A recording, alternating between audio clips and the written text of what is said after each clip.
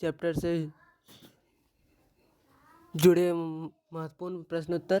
पहला प्रश्न है, सेल नाम किस जीव वैज्ञानिक ने सर्वप्रथम दिया? आंसर है रॉबर्ट हुक। दूसरा प्रश्न, कौन सी रचना जंतु कोशिका को वनस्पति कोशिका से अलग करती है? आंसर है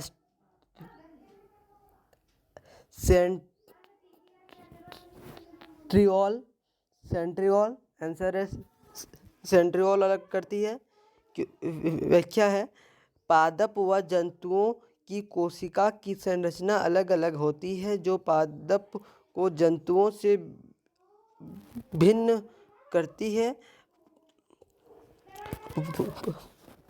पशु और वनस्पति कोशिकाओं में पाए जाने वाले सेंट्रियोल कोशिका विभाजन में मदद करती है इसलिए। दूसरा प्रश्न है, कोशिका में राइबोसोम की अनुपस्थिति में निम्न में से कौन सा कार्य संपादित नहीं होगा? आंसर है प्रोटीन संश्लेषण। व्याख्या है,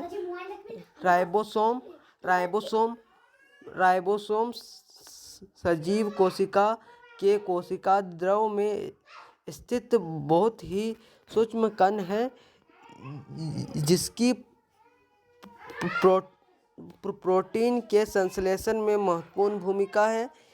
ये आनुवांशिक पदार्थ डीएनए और आरएनए के संकेतों को प्रोटीन श्रृंखला में परिवर्तित करती है। राइबोसोम की खोज 1950 के दशक में रोमानियों के जीव वैज्ञानिक जॉर्ज पेलेड ने की थी। राइबोसोम नाम 1958 में वैज्ञानिक रिचर्ड बी रॉबर्ट्स ने प्रस्तावित किया था। इसीलिए राइबोसोम प्रोटीन का संश्लेषण करता है।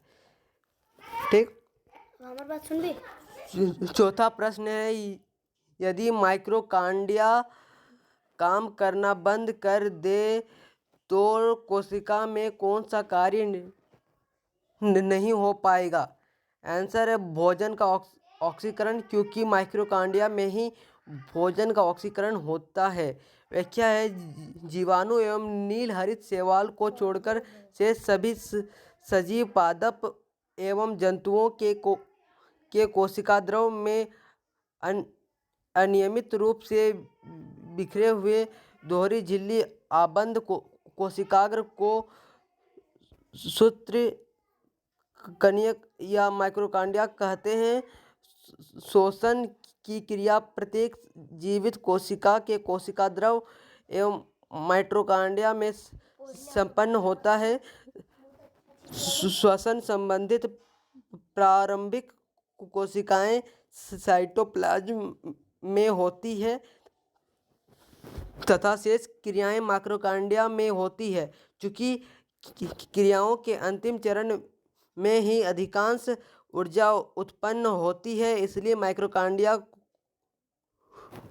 को कोशिका का पावर हाउस कहा जाता है, पावर हाउस ऑफ सेल कहा जाता है। ठीक, पांचवा प्रश्न है, कोशिका का ऊर्जा ग्रह कौन सा है? अभी अभी हमने पढ़ा कि माइटोकॉन्ड्रिया है। माइटोकॉन्ड्रिया पावर हाउस है कोशिका का। निम्नलिखित में से कौन सबसे बड़ा कोशिकाग्र है? प्लास्टिड सबसे बड़ा कोशिकाग्र है। प्लास्टिड में 3 प्रकार के प्लास्टिक होते हैं, ल्यूकोप्लास्ट, क्रोमोप्लास्ट और क्लोरोप्लास्ट। ठीक, इसके व्याख्या आप पढ़ लीजिएगा। 7वां प्रश्न है, कोशिका में प्रोटीन संश्लेषण कहाँ होता है? अभी अभी हमने पढ़ा राइबोसोम में होता है प्रोटीन संश्लेषण। 8वां प्रश्न, पादप कोशिका का सबसे बाहरी आवरण कहलाता है कोशिका भित्ति। पादप कोशिकाओं में सबसे बाहरी आवरण होता है कोशिका भित्ति का। 9वां प्रश्न, कोशिका के निश्चित रूप प्रदान करती है कोशिका झिल्ली, कोशिका भित्ति, केंद्रिका,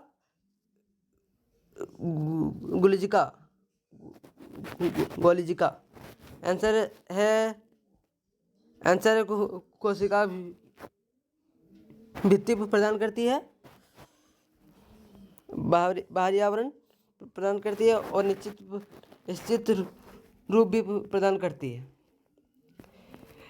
10वां प्रश्न, कोशिका द्रव में उपस्थित महीन शाखित झिल्लीदार और अनियमित नलिका का घना जाल कहलाता है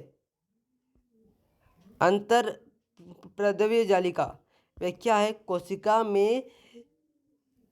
कोशिका झिल्ली के अंदर केंद्रक को छोड़कर संपूर्ण पदार्थों को कोशिका द्रव कहते हैं।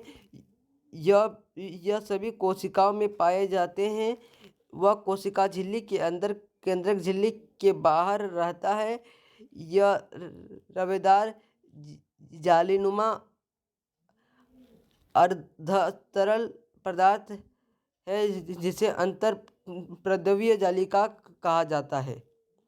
यह पारदर्शी व चिपचिपा होता है। यह कोशिका के 70% भाग की रचना करता है।